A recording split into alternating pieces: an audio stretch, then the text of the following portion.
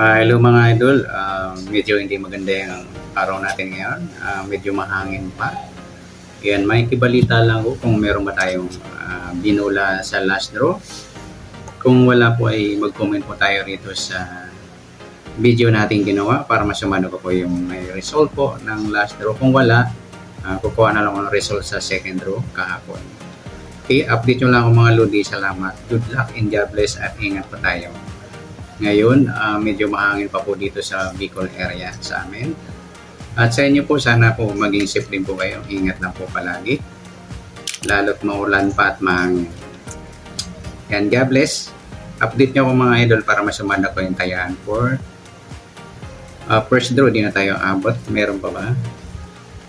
Mag-alas maybe na. Update nyo na lang ako sa mamaya para sa tayaan ng second draw. Mamaya ngayong araw ng linggo na anong date po ngayon?